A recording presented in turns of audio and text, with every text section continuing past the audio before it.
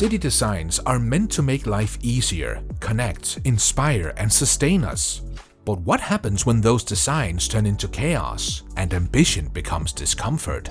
Here are the 8 most poorly designed cities. They built islands shaped like palm trees, but forgot sidewalks. Dubai loves big ideas, the tallest tower, the biggest mall, even an indoor ski slope in the desert. The problem? They decided so that no one ever has to walk anywhere. Neighborhoods sit miles apart, and the metro, though sleek, covers barely 15% of the city, so everyone drives. 3-hour traffic jams. Crossing the street feels like a survival game of Frogger. Summer hits 50 degrees Celsius, yet the outdoor spaces have 0 shade. The solution? Air conditioning everything, from bus stops to bridges, burning enough power to light up entire countries. Dubai sells the fantasy of futuristic living, but if you want to see what happens when no one plans at all, welcome to Houston. In Houston, you can build a strip club next to a school and no one will stop you. That's because Houston proudly has no zoning laws. The city grew like a spilled drink, spreading in every direction, mixing homes, factories, and freeways without a plan. Developers build wherever they want. Highways expand endlessly, wetlands vanish, and nobody checks the math. A 670 square mile sprawl with floods every few years because they paved over the land that used to soak up rain. When Hurricane Harvey dumped 50 inches, highways turned into rivers. The drainage system? Designed in 1940 for a city 1/4 the size it is today.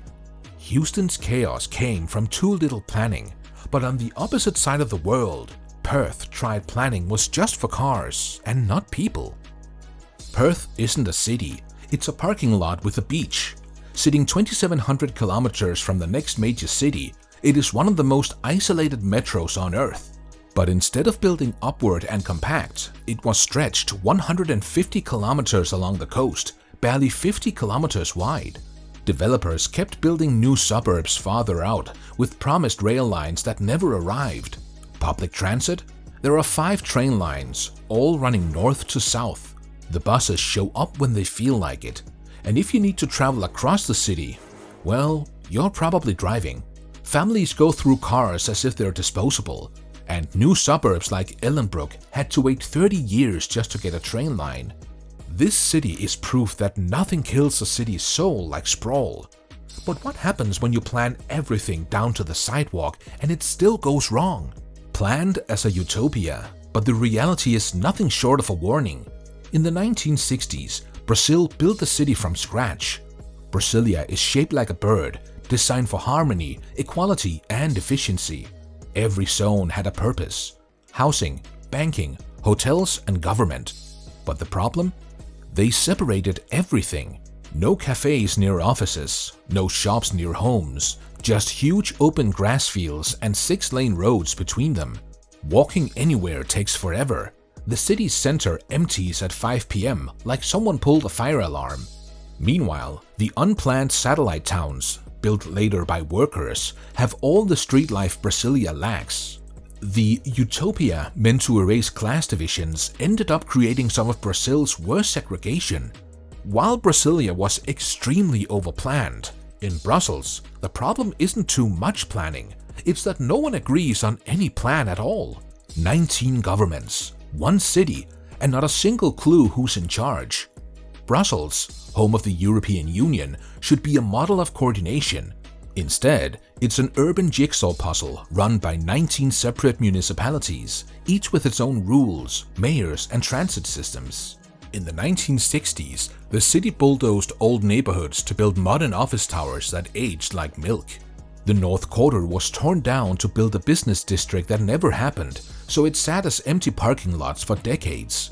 Adding to that, there are 3 incompatible transit networks, a metro ticket that doesn't work on local buses, and traffic that moves slower than walking speed.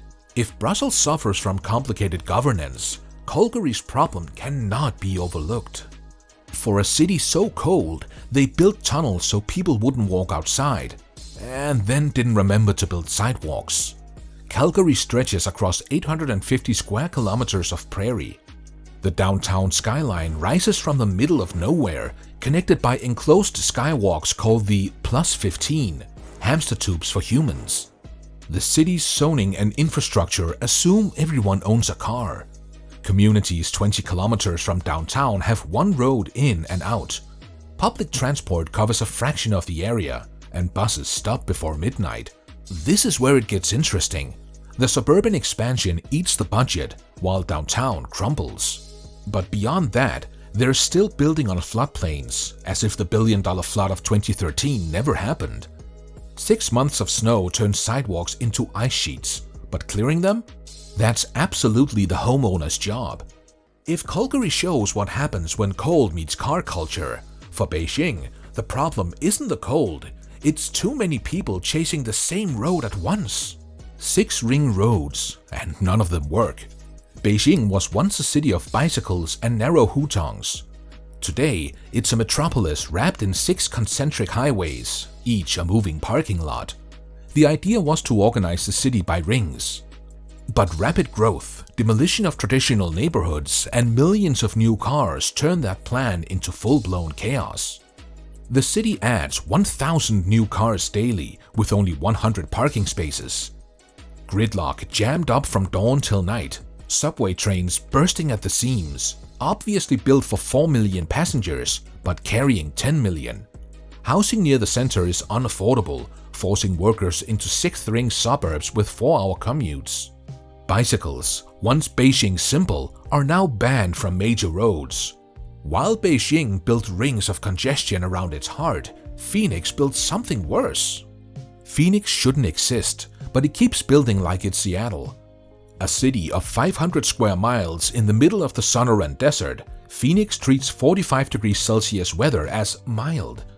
It's a grid of 6-lane roads stretching forever, where every trip means getting on a highway. Developers chase cheap land, building farther into the desert.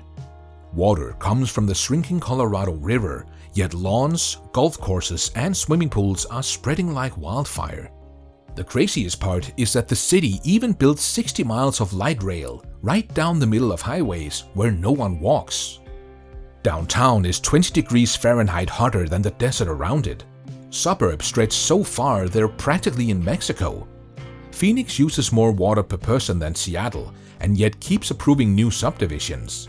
It's urban denial on a massive scale. While Phoenix proved that building a car city in the desert is madness, if you head west, you'll find the one mistake everyone copied. Los Angeles was built for cars, and now no one can move.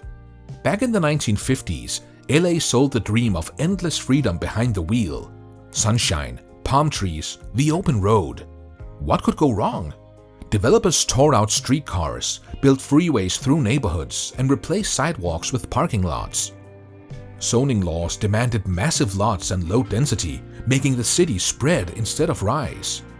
Every new suburb meant another freeway, and every freeway got filled with more cars. Today, LA drivers spend nearly 100 hours a year stuck in traffic, which is more time than most people take for vacation. Public transit covers a fraction of the metro sprawl, and walking often means braving 6 lanes of exhaust. Cost of housing near jobs is unaffordable, forcing millions into 2-hour commutes from the desert's edge. If Los Angeles is the exact reflection of what happens when a city chokes on its own ambition, Jakarta shows what happens when a city sinks beneath it. Jakarta is sinking, literally, and no one can stop it. Indonesia's capital is home to over 30 million people, but almost half the city lies below sea level. Each year, parts of Jakarta sink by as much as 25 centimeters, faster than any other city on Earth. Decades of chaotic development drained groundwater faster than it could refill. The more skyscrapers rose, the deeper the city sank. Combine that with blocked rivers, paved wetlands, and tropical storms, and you get floods that swallow highways, malls, and entire neighborhoods. The government is so desperate that they're building a new capital city, Nusantara, 1,200 kilometers away. But millions can't just pack up and leave. Jakarta's gridlocked streets and polluted air makes daily life a survival act. What do you think about this? Let us know in the comment section below. While you're at it, Kindly like this video and subscribe to this channel for more videos like this. Thank you for watching.